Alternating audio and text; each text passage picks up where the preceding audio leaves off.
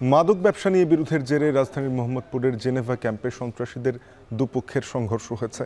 এই ঘটনায় অভিযান চালাচ্ছে আইনশৃঙ্খলা বাহিনী। সেখানে আছেন শম্পা বিশ্বাস, যাব তার কাছে। শম্পা, অভিযানে কি এখনো কাউকে আটক করা হয়েছে কিনা, আইনশৃঙ্খলা বাহিনী কি বলছে এবং এর আগে কি ঘটনা ঘটেছিল সংঘর্ষের ব্যাপারে আমাদেরকে বিস্তারিত জানাবেন। শাফিন, এখন পর্যন্ত আমরা যে তথ্য জানতে পেরেছি সেখানে আমরা জানতে পেরেছি যে এখানে গতকাল একটি ককটেল বিস্ফোরণ হয়েছে এবং কয়েকটি পক্ষ একসঙ্গে মিলিত হয়ে পুলিশের একটি গাড়ির গ্লাস ভেঙে দিয়েছে। এখন পর্যন্ত এতটুকু তথ্য আমাদের হাতে আছে, তবে তারা মাদক কারবারি, এতটুকু আমরা নিশ্চিত হতে পেরেছি।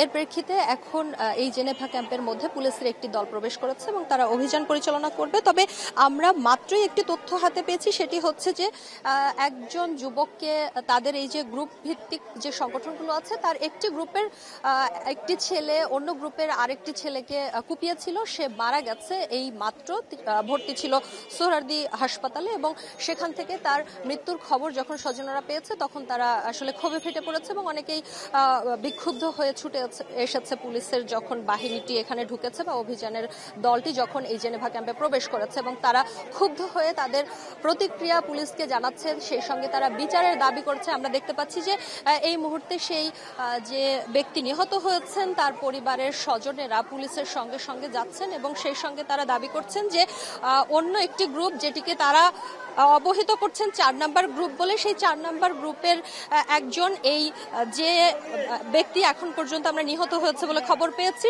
তিনি 7 নাম্বার গ্রুপের বলে তারা আমাদেরকে জানিয়েছে এবং এই 4 নাম্বার গ্রুপের ব্যক্তি 7 নাম্বার গ্রুপের ব্যক্তিকে কুপিয়েছে, যার প্রেক্ষিতে তার মৃত্যু হয়েছে। এই তথ্য আমরা এখন এই ঘটনাস্থল থেকে পেয়েছি। এর প্রেক্ষিতে পুলিশ এই মুহূর্তে যেখানে ঘটনাটি ঘটেছে সেই দিকে অগ্রসর হচ্ছে এবং আমরা আইনশৃঙ্খলা বাহিনীকে অনুসরণ করে সেই দিকেই আগানোর চেষ্টা করছি। আমরা স্থানীয়দের সঙ্গে কথা বলার চেষ্টা করেছি, তাদের অনেকেই বলেছে যে তারা এখানে অস্থায়ী দোকানদার, ফলে তারা গতকালকের ঘটনা সম্পর্কে কিছুই আমাদেরকে জানাতে পারেনি। যদিও যে পরিবারটি তাদের স্বজন হারিয়েছে তারা আমাদেরকে জানিয়েছে যে যেই ছেলেটি মারা গিয়েছে তার বয়স খুব হলে 12 থেকে 14 বছর।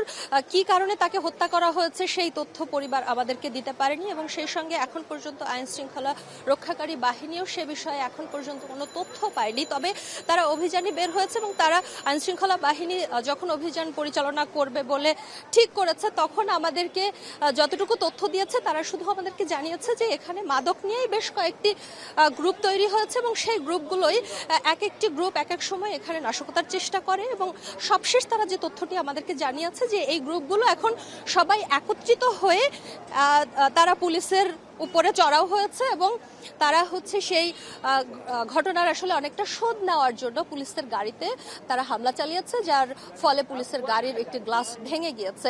এই ছিল আমার কাছে রাজধানীর মোহাম্মদপুর এলাকার জেনেভা ক্যাম্পে যে গতকাল ককটেল বিস্ফোরণ এবং আজকে পুলিশের অভিযান চলছে তার সবশেষ খবর। সহকর্মী শম্পা বিশ্বাস যুক্ত হয়েছিলেন, জানাচ্ছিলেন মোহাম্মদপুর জেনেভা ক্যাম্পে পুলিশের অভিযান নিয়ে সবশেষ।